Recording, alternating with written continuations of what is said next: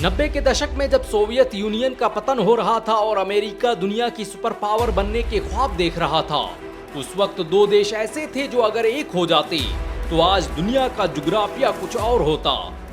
America को जिन दो देशों ने सबसे ज्यादा चुनौती दी थी उनका नाम ईरान और सऊदी अरबिया है। ये वो देश हैं जिनके बारे में अमेरिकी थिंक टैंक ये कहने पर मजबूर हो गए कि जब तक ईरान और सऊदी अरब एक दूसरे के विरोधी हैं तब तक अमेरिका सुपर पावर है। जिस दिन ये दोनों देश एक टेबल पर आ गए उसी दिन से अमेरिका के पतन की शुरुआत हो जाएगी।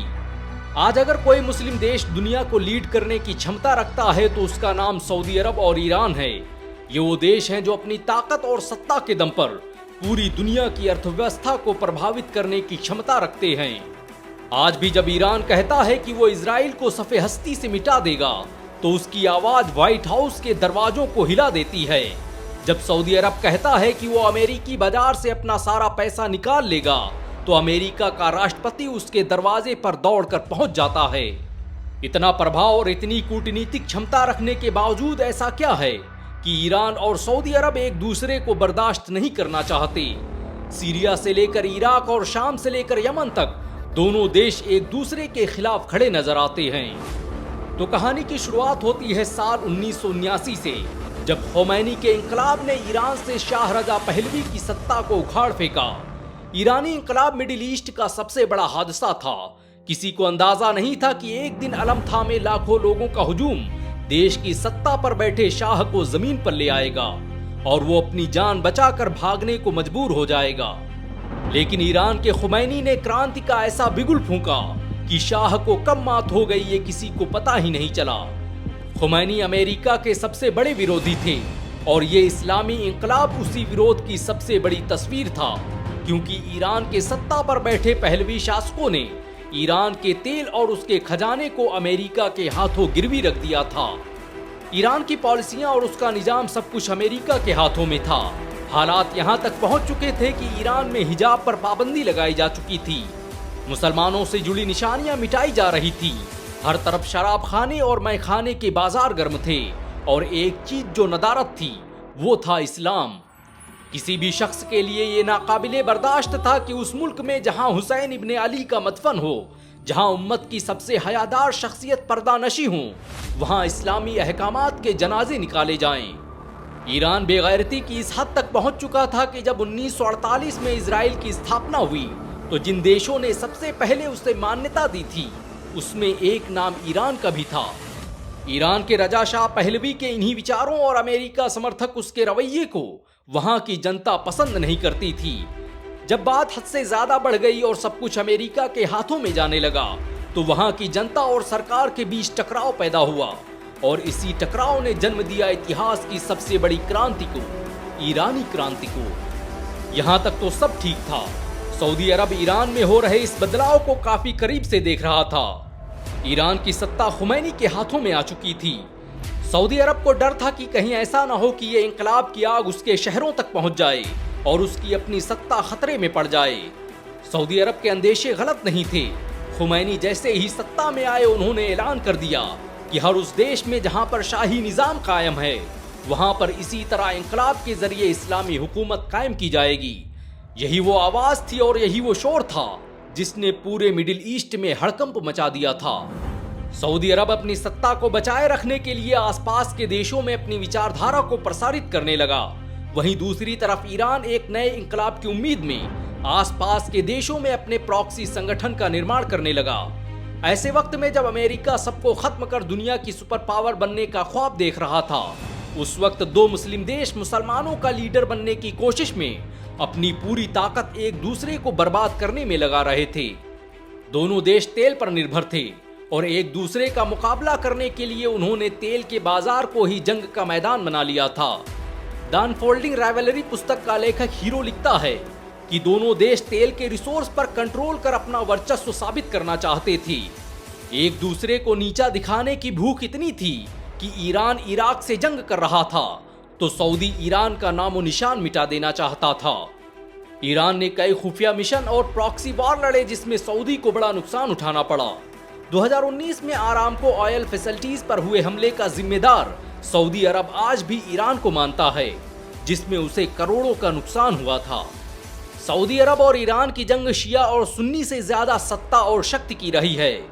दोनों देशों की सत्ता पर बैठे मठाधीशों ने अपनी सियासत और अपने लोगों से ज्यादा कभी नहीं सोचा। दोनों देशों की जंगें सिर्फ इस बात को लेकर रही कि मिडिल ईस्ट में सबसे ज्यादा प्रभाव किसका होगा।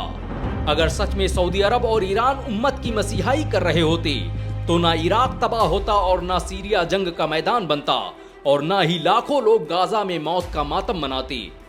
गाजा के खंडहर और लाखों मासूमों की शहादत बताती है कि सियासत बेदर्द होती है।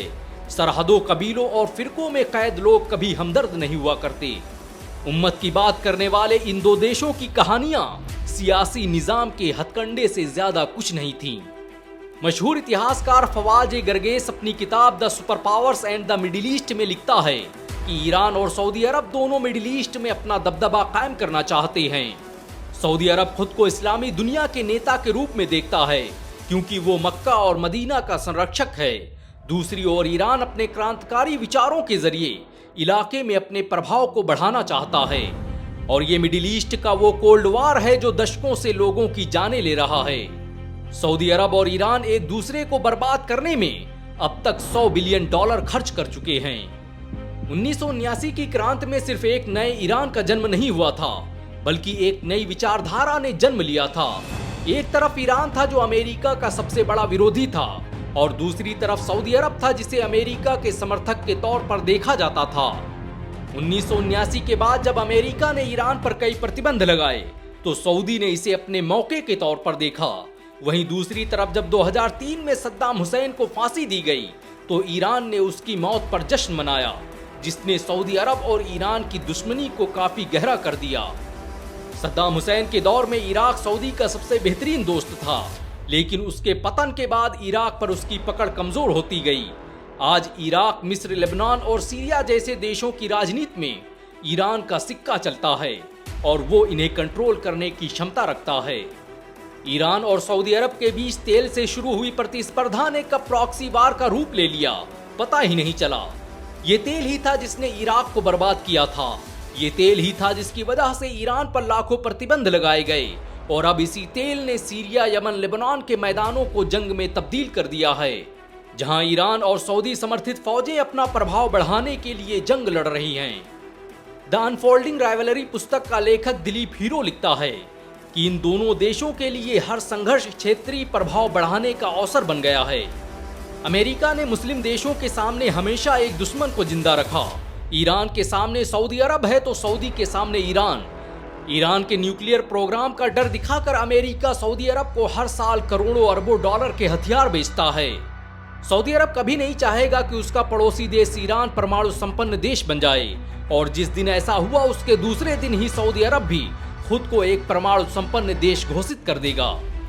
मिडिल ईस्ट में सऊदी अरब के प्रभाव को कम करने के लिए ईरान फिलिस्तीन के उन सुन्नी संगठनों की भी मदद कर रहा है जो गाजा में आजादी की जंग लड़ रहे हैं। ईरान और सऊदी अरब एक दूसरे के प्रभाव को खत्म करने का कोई मौका नहीं छोड़ते।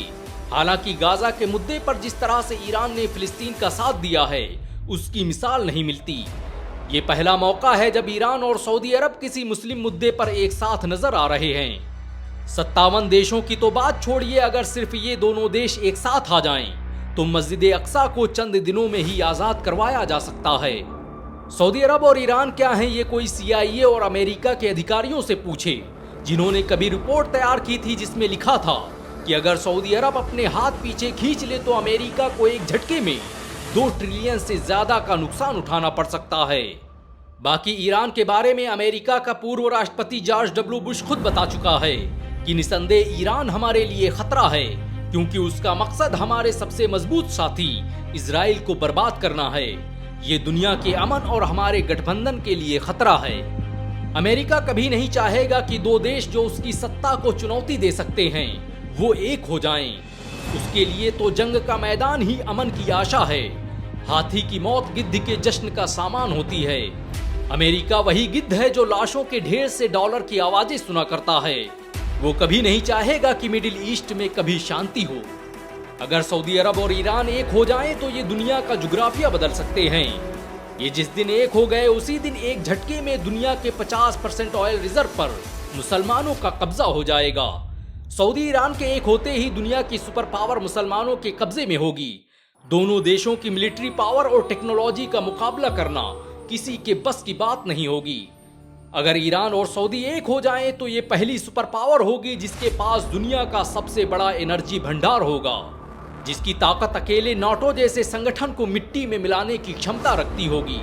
लेकिन सबसे बड़ा सवाल तो यही है कि क्या मुसलमानों के लीडर होने का दावा करने वाले दो बड़े देश ईरान और सऊदी अरब मुसलमानों के लिए एक होंगे?